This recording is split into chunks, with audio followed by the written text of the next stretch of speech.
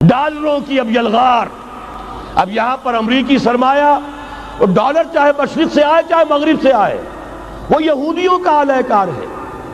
آپ نے اگر $1 نوٹ کا اگر کبھی نقشہ دیکھا ہو اس کے اوپر جو سگنیا بنا ہوا ہے جو نشان ہے وہ کیا ہے؟ پیرامڈ، احرام مصر. یہ کن کے لیے اہمیت رکھتے ہیں؟ ہزارہا یہودیوں کا خون اور ان کی ہڈیاں ان پیرامڈز کے تلے دبی ہوئی. جب یہ احرام بنائے گئے تھے یہ یہودی وہاں غلامی کے دور میں تھے، بیگار ان سے لی جا رہی تھی. بڑے بڑے پتھر جب گرتے تھے تو پسنے والے یہودی ہوتے تھے. یہ ان کی اپنی جیسے ہولوکاسٹ، جیسے انہوں نے اس کو اپنا سمبل بنایا ہوا ہے، اسی طریقے سے پیرامڈ، مصر کا پیرامڈ یہ گویا کہ ان کے اس زوال کا ایک نشان ہے. اور اس پر ایک آنکھ بنی ہوئی ہے، ایک آنکھ، کان دجال کی آنکھ، وہ دیکھ رہی ہے. عجیب ہے یہ سمبل. نیچے لکھا ہوا ہے نووس آرڈو سکلورم، اور یہ در حقیقت 1776 جو نیچے لکھا ہوا ہے وہ رومن حروف کے اندر یہ 1776 ہے جو میں بتا چکا ہوں آرڈر آف الومناٹی وساپ نے قائم کیا تھا. عام دنیا یہ سمجھتی ہے کہ شاید یہ امریکہ کا یوم آزادی ہے، سن آزادی ہے. 1 مئی اس آرڈر آف الومناٹی کی تاسیس 1 مئی کو ہوئی ہے.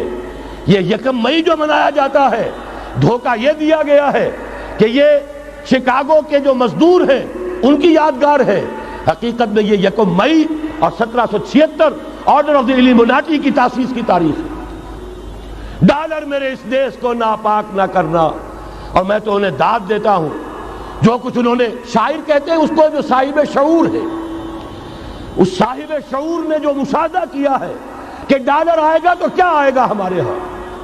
میری تو فکر کے اندر رچ بس گیا ہے. پاکستان کے بارے میں جب کہا تھا اے آندھیو سنبھل کے چلو اس دیار میں، امید کے چراغ جلائے ہوئے ہیں ہم. ہماری امیدوں کے چراغ ہے یہ. اسلام کا گہوارہ بننے والی ملک ہے یہ. اس کو ہم نے قائم کیا تھا اسلام کے لیے. یہ آندھیاں نہ چلیں. اس ملک کو ہم نے اسلام کے چراغ جو ہے ہم نے اس میں روشن کیے ہوئے ہیں. اے آندھیو سنبھل کے چلو اس دیار میں، امید کے چراغ جلائے ہوئے ہیں ہم.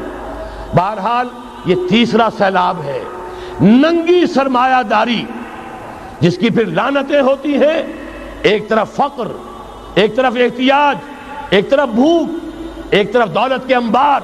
پہلے بھی ہمارے ہاں فرق کم نہیں ہے، لیکن اب جو ہوگا اگر یہ بات پوری ہو گئی تو وہ ننگی سرمایہ داری. اور سرمایہ داری ہی در حقیقت یہود کا سب سے بڑا ہتھ کنڈا ہے. یہ بینکنگ کا نظام، یہ سارا کا سارا سودی نظام، یہ IMF، یہ ورلڈ بینک، یہی تو ان کے سب سے بڑے ادارے ہیں. تو واقعہ یہ ہے کہ 3 طرف سے ہم پر حملہ ہو رہا ہے. اور یہ سود کے بارے میں کیا کہا تھا اقبال نے؟ از ربا آخر چمی زائد فتن. اس سود کے ام الخبائث کے پیٹ سے سوائے فتنوں کے اور کیا برآمد ہو سکتا ہے؟ کس نہ داند لذت قرض حسن. کسی کو قرض حسنہ کی لذت یاد نہیں رہی. بغیر سود کے قرض دو.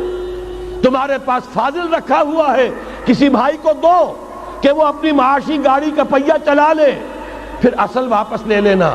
اگر اتنی ہمت نہیں ہے کہ ان تصدقوا فهو خیر لکم، صدقہ ہی کر دو تو سب سے اچھا ہے. دے ہی ڈالو اپنا فاضل سرمایہ. یسألونک ماذا ينفقون قل العفو، مت رکھو اپنے پاس، یہ گندگی ہے. لیکن اگر بڑے ہی کم ہمت ہو تو کم سے کم قرض حسنہ دو، اپنی اصل رقم واپس لینا. کس نہ دانت لذت قرض حسن. از ربا جاں تیرا دل چوں خشت و سنگ. اس لیے کہ سود کے ذریعے سے انسان کے اندر تاریکی پھیل جاتی ہے.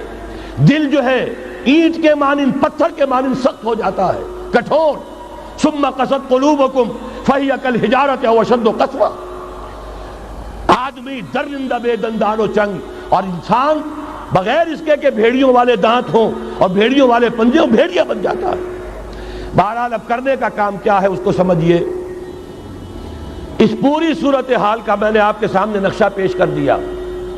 ایک طرف مغرب سے نیو ورلڈ آرڈر، جو جیو ورلڈ آرڈر ہے، اس وقت کی سپریم پاور آن ارتھ، امریکہ کی سرپرستی میں بڑی تیزی کے ساتھ حملہ آور ہے. دوسری طرف وَمَكَرُوا وَمَكَرَ اللَّهُ وَاللَّهُ خَيْرُ الْمَاكِرِينَ۔ اللہ کو پامردی مومن پہ بھروسہ، ابلیس کو یورپ کی مشینوں کا سہارا۔